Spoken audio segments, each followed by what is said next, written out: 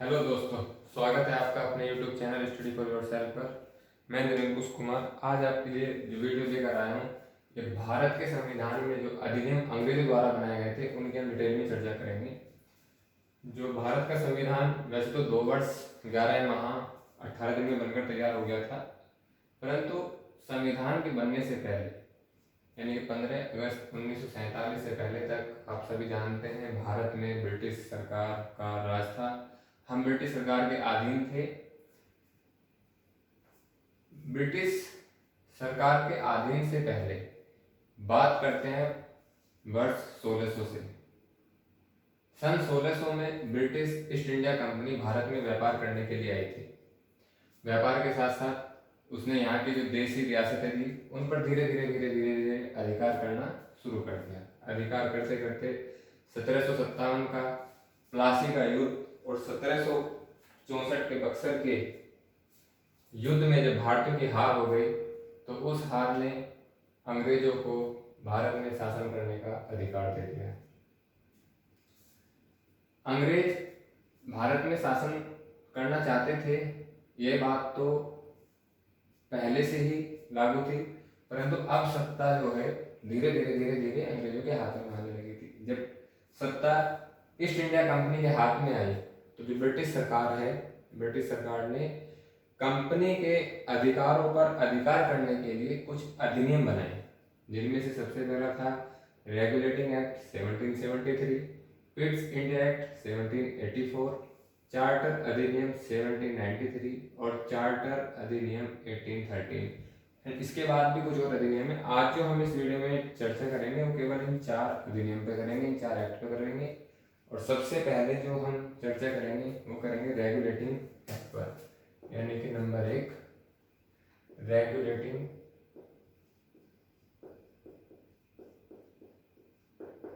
Act 1773। British सरकार ने company पर कुछ प्रावधान लगाए। ब्रिटिश सरकार पहले कंपनी इंडिविजुअल थी, कंपनी के अपने अधिकार थे, लेकिन जब कंपनी ने सत्ता स्थापित कर ली धीरे धीरे तो अब ब्रिटिश सरकार ने कंपनी पर कुछ प्रावधान लगाए। और सबसे पहले उन्होंने 1773 में एक एक्ट पारित किया जिसका नाम था रेगुलेटिंग एक्ट। इस एक्ट में उन्होंने जो प्रावधान दी उसमें सबसे पहला जो प्रावधान था वो ये था कि पहले जो कंपनी होती थी वो अपने गवर्नर नियुक्त करती थी। बंगाल में, मद्रास प्रेसिडेंसी में, मुंबई में, तो ज़्यादातर जो ब्रिटिश ईस्ट इंडिया कंपनी का जो कारोबार था वो बंगाल से चलता था। तो हम सबसे पहले बंगाल की बात करते हैं। तो बंगाल के यानी कि जहाँ भी बंगाल ही नहीं, जहाँ पर भी गवर्नर थे तो वहाँ पर जो गवर्नर थे सबसे पहले उन्होंने क्या किया कि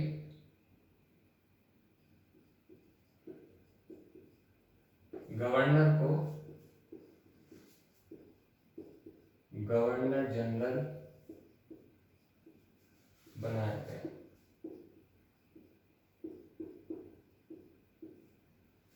और वारेन हास्टिंग जो थे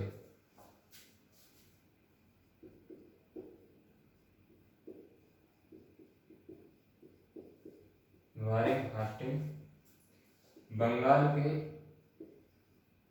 दोस्तों ध्यान रखना ये बंगाल के हैं, भारत के नहीं है, ये बंगाल के प्रथम गवर्नर जनरल थे, वारेन हास्टिंग। दूसरा जो था गवर्नर जनरल के लिए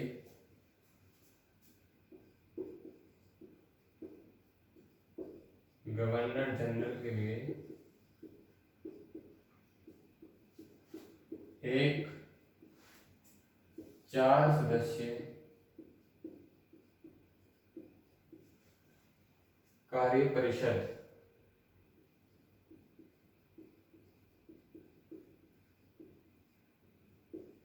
का गठन किया गया।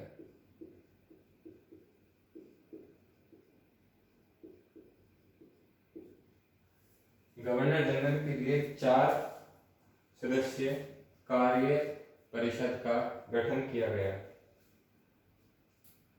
नंबर थर्ड, बंगाल में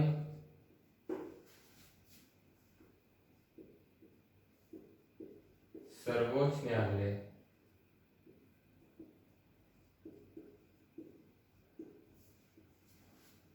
न्यायालय की स्थापना की गई,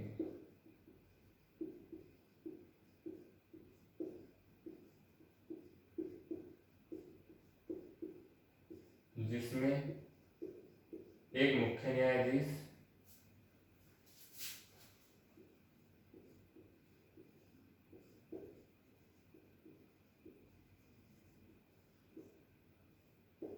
तथा 3 अन्य न्यायाधीश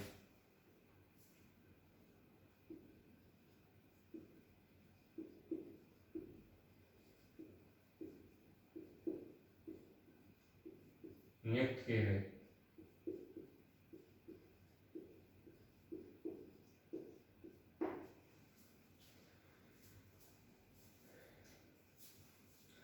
एक सर्वोच्च न्यायालय बंगाल में पहला सर्वोच्च न्यायालय बना था, और इसके जो मुख्य न्यायाधीश थे, सर्वोच्च न्यायालय के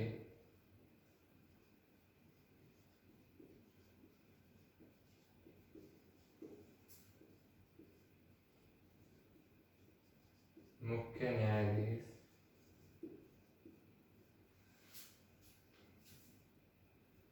एलिजा इम्पे थे। इसको बोला जा सकता है कि जो प्रथम न्यायाधीश थे वो एलिजा इम्पे थे। तो ये 3 प्रावधान, नंबर 1 कि गवर्नर को गवर्नर जनरल बनाया गया, और वारेन हास्टिंग जो थे वो बंगाल के प्रथम गवर्नर जनरल थे, वो भारत के नहीं थे, ये बात याद रखना, क्योंकि भारत के जो गवर्नर जनरल बनेंगे वो आगे वीडियो में हम बताएंगे आपको। दूसरा जो था, गवर्नर जनरल के लिए 4 सदस्यीय कार्य परिषद का गठन किया गया। तीसरी बात थी कि बंगाल में सर्वोच्च न्यायालय की स्थापना की गई, जिसमें एक मुख्य न्यायाधीश और 3 अन्य न्यायाधीश होते थे, और सर्वोच्च न्यायालय के जो मुख्य न्यायाधीश थे वो एलिजा इम्पे थे। अब जो एग्जाम में जो क्वेश्चन ज़्यादातर पूछे जाते हैं वो ये पूछे जाते हैं कि सबसे पहला गवर्नर जनरल बंगाल का वारेन हास्टिंग, दूसरी बात किस अधिनियम के तहत बंगाल में सर्वोच्च न्यायालय की स्थापना की गई, तो वो था रेगुलेटिंग एक्ट 1773। और कभी कभी ये पूछते जाते हैं कि सर्वोच्च न्यायालय के मुख्य न्यायाधीश जो बंगाल में बना था वो कौन थे, तो वो थे एलिजा इम्पे। अब ये रेगुलेटिंग एक्ट 1773 में बन गया। फिर उसके बाद लगभग आप मान सकते हैं कि 9 वर्ष के बाद पिट्स इंडिया एक्ट आया 1784। अब हम पिट्स इंडिया एक्ट के बारे में चर्चा करेंगे। पिट्स इंडिया एक्ट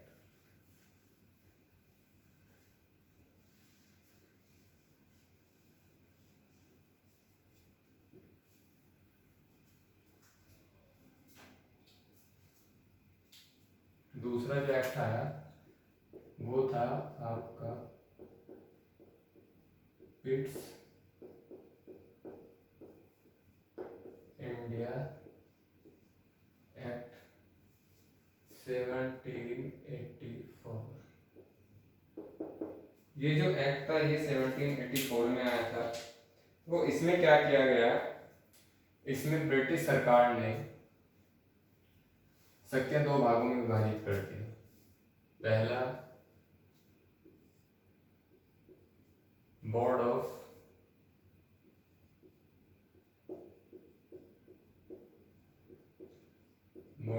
डायरेक्टर्स, और दूसरा था बोर्ड ऑफ कंट्रोल। पहला था बोर्ड ऑफ डायरेक्टर्स, दूसरा था बोर्ड ऑफ कंट्रोल। इसको निदेशक मंडल बोला जाता था, ये निदेशक मंडल था, ये निदेशक मंडल था, और ये नियंत्रक मंडल।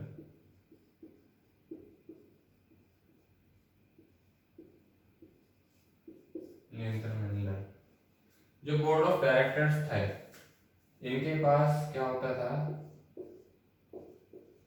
व्यापारिक मामले। जो व्यापारिक मामले थे कंपनी के, वो कौन देखते थे, वो बोर्ड ऑफ डायरेक्टर्स देखते थे। और जो राजनीतिक और सेना संबंधी मामले थे, जो राजनीतिक एवं सेना,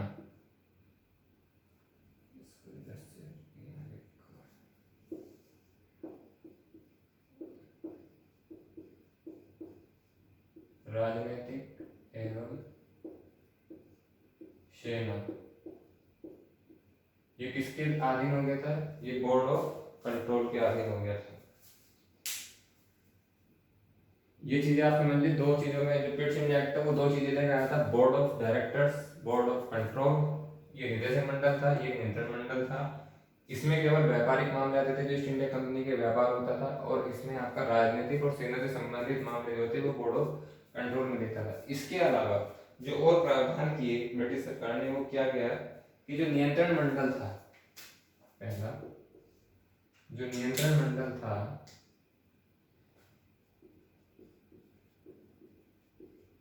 नियंत्रण मंडल के लिए 6 सदस्यों की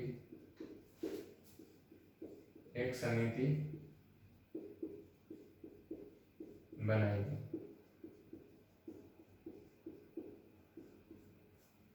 दूसरा, जो रेगुलेटिंग एक्ट में गवर्नर जनरल के लिए 4 सदस्य थे, उनकी 4 से संख्या से घटाकर जो कार्य परिषद थी, कार्यकारी परिषद की सदस्यों की संख्या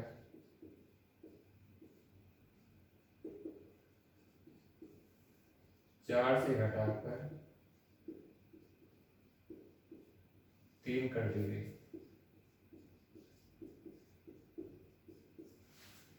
जो कार्यकारी परिषद जो रेगुलेटिंग एक्ट में आई थी, उनके सदस्यों की संख्या 4 से घटाकर 3 कर दी गई। और सबसे जो इम्पोर्टेंट बात थी वो ये थी कि कंपनी की जो ब्रिटिश ईस्ट इंडिया कंपनी है, उसके जितने भी अधिकारी थे वो किसी भी भारतीय राजा से उपहार नहीं ले सकते थे। यानी कि हम ये बोल सकते हैं कि कंपनी के कर्मचारी किसी भी प्रकार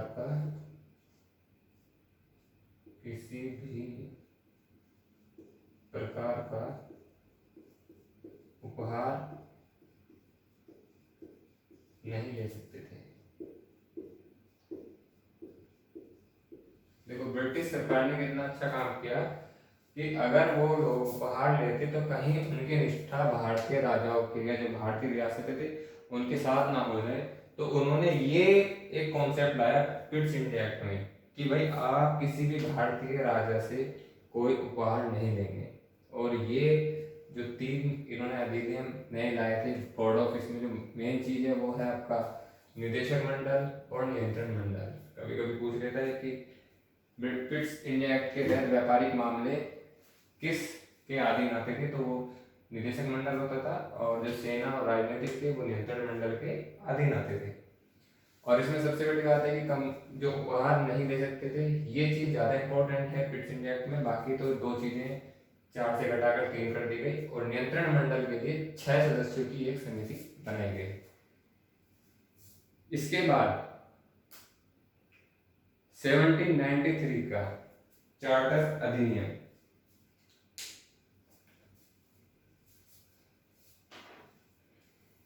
पिट्स इंडिया एक्ट के बाद जो आया वो आया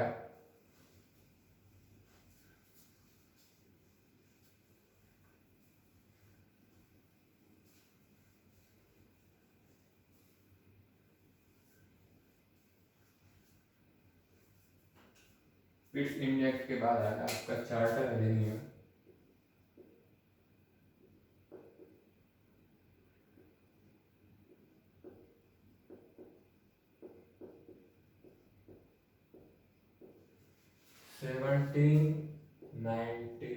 1893।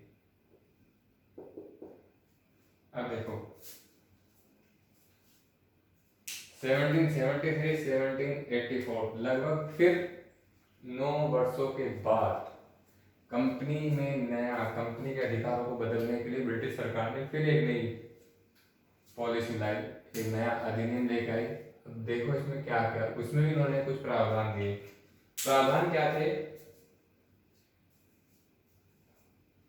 कि कंपनी जो थी उसके व्यापार का जो अधिकार है,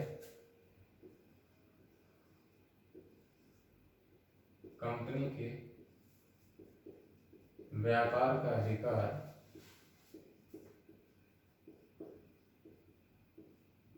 अगले 20 वर्षों के लिए बढ़ा दिया।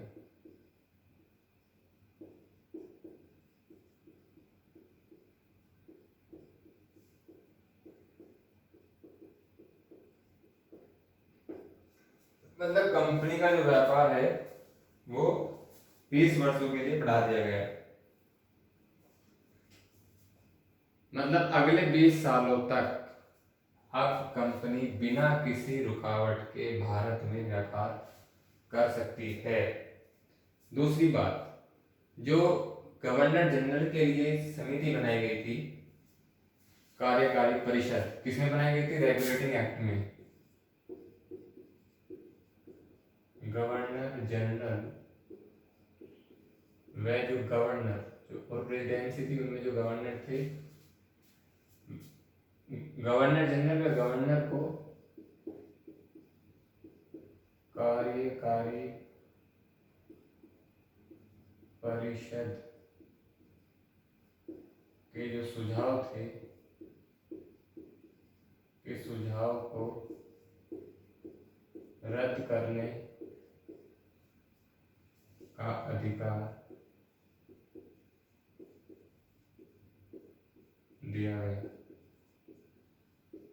मतलब हम ये कह सकते हैं कि चार्टर एक्ट या चार्टर अधिनियम 1793 में जो गवर्नर जनरल थे और गवर्नर थे वो कार्यकारी परिषद के सुझावों को रद्द कर सकते थे अपनी इच्छा अनुसार। उनको बाध्य नहीं थे कि अब उनको ये चीजें माननी ही माननी है, पहले उनको मानना पड़ता था। जो कार्यकारी परिषद जो सुझाव देती थी, जो रेगुलेटिंग एक्ट में भी रही और पिट्स इंडिया एक्ट 1784 में भी रही। तीसरी बात कि जो नियंत्रण मंडल जो पिट्स इंडिया एक्ट में आया था, नियंत्रण मंडल और निदेशक मंडल, जो नियंत्रण मंडल का जो वेतन होगा, यानी कि नियंत्रण मंडल के अधिकारियों का वेतन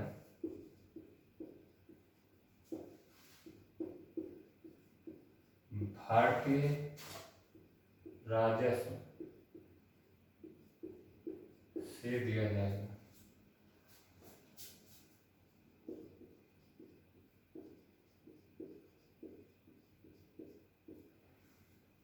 मतलब अब ब्रिटिश सरकार वेतन नहीं देगी, जो ब्रिटिश के जो अधिकारी हैं, जो नियंत्रण मंडल के अधिकारी हैं, वो यहीं से लोगों से कर इकट्ठा करेंगे और उसी कर में से उनको वेतन दिया जाएगा।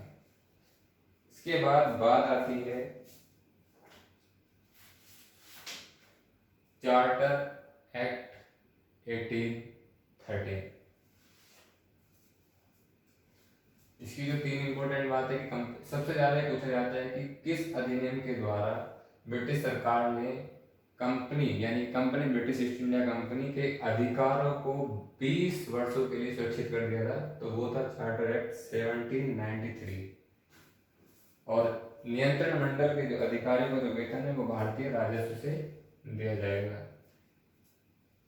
अब बात करते हैं हम चार्टर अधिनियम 1813 की।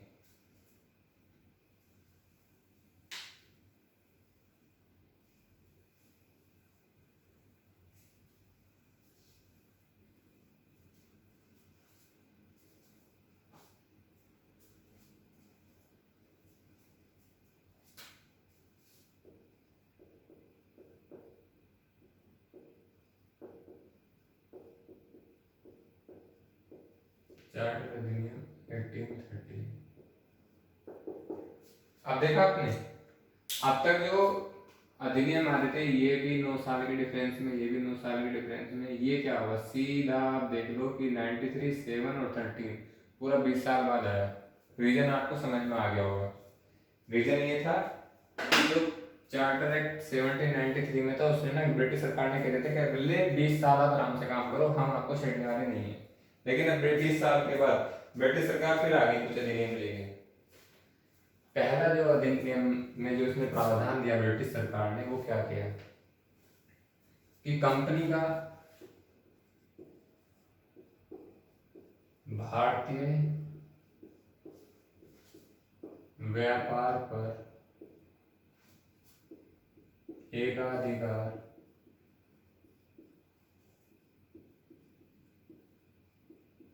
समाप्त कर दिया।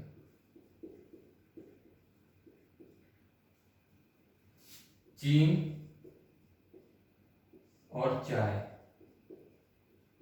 के व्यापार को छोड़कर।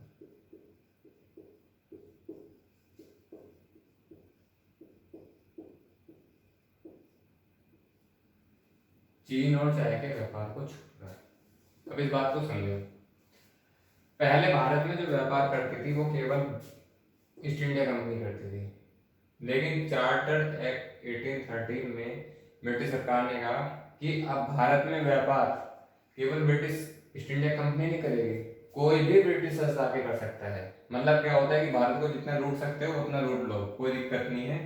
चीन और चाय, यानी कि जो थोड़ा बहुत trade British east India company का चीन के साथ में होता था वो सुरक्षित रहा कंपनी के पास में, और चाय का जो व्यापार था वो भी कंपनी के पास सुरक्षित था। लेकिन और जो व्यापार था, जो भी ट्रेड होता था आपका, मसाले, कॉफी, जो भी भारत से वो ले जा सकते थे, वो व्यापार अब ब्रिटिश ईस्ट इंडिया कंपनी के अलावा कोई दूसरे ब्रिटिश लोग भी आके कर सकते थे। यानी कि यहाँ से जब लूटमार पूरी शुरू हो गई थी।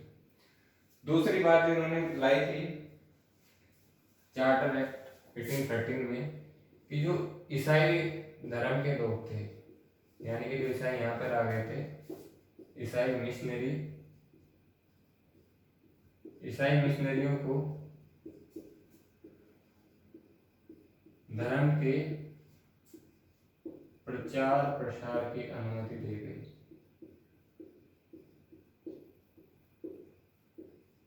प्रचार प्रसार की अनुमति दे दी गई।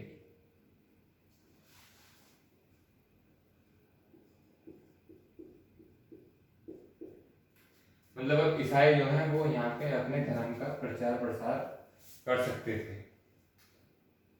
तीसरा जो था, जो सबसे सही था लेकिन उस टाइम के हिसाब से, कि भारतीय शिक्षा के लिए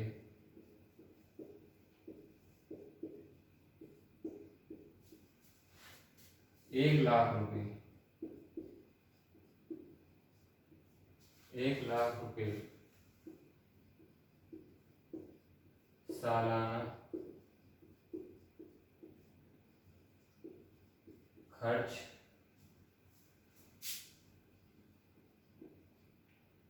करने की अनुमति दे दी गई। कि भाई भारतीयों को पढ़ाओ और फिर उन्हीं से काम करवाओ, क्योंकि लेबर, ये तो सभी जानते हैं कि भारतीयों को उन्होंने लेबर की तरह ही काम करवाया था। तो उन्होंने क्या किया कि 1,00,000 रुपये सालाना भारतीयों को शिक्षित करने पे लगाया और फिर उन्हीं भारतीयों को अपने पास काम पे रखा। ईसाई मिशनरियों को धर्म प्रचार प्रसार की अनुमति दी गई और कंपनी का जो एकाधिकार था, यानी कि ये वाली जो चीज है कि कंपनी का एकाधिकार भारत से समाप्त कर लिया गया और चीन चाय के व्यापार को छोड़कर, यानी कि अब कि कोई भी आओ और भारत के साथ में व्यापार करो, अपना लूटना शुरू कर दो। तो ये 3 जो प्रावधान थे जो मोस्ट इंपोर्टेंट थे, ये चार्टर एक्ट 1813 में किए गए। फिर इसके बाद चार्टर एक्ट 1833 आया, जो हम अगली वीडियो में, यानी कि इसका जो अगला पार्ट है उसमें आपसे डिस्कस करेंगे।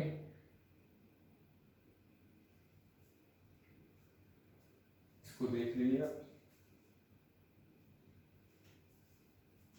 चारों का अगर एक ब्रीफ समरी में आपको बताऊं, regulating act, Pitt's India act, charter act 1793 और चार्टर एक्ट 1813। यानी कि इसमें अगर मैं ब्रीफली आपको बताऊं, कॉमन सी बातें याद रखने के लिए, इसमें आपका क्या हुआ था, गवर्नर जनरल बने थे वारेन हास्टिंग, सुप्रीम कोर्ट की स्थापना की गई थी। पिट्स इंडिया एक्ट में आपके board of control, board of director आए थे। चार्टर एक्ट में कंपनी ने 20 वर्षों के लिए कंपनी को अधिकार दे दिया था कि भाई आप आराम से काम करो, हम कोई दिक्कत नहीं। और 20 वर्षों के बाद जब कंपनी आई तो कंपनी ने कहा, ब्रिटिश सरकार ने कहा कि कंपनी के साथ साथ अब ब्रिटिश से कोई भी आके व्यापार कर सकता है और 1 लाख रुपए, ये एक सबसे ज्यादा इंपॉर्टेंट चीज होती है कि किस अधिनियम, यानी कि किस अधिनियम के तहत भारतीयों की शिक्षा पर ब्रिटिश ने 1 लाख रुपए खर्च करने की अनुमति दे दी गई थी। तो वो था चार्टर एक्ट 1813। धन्यवाद।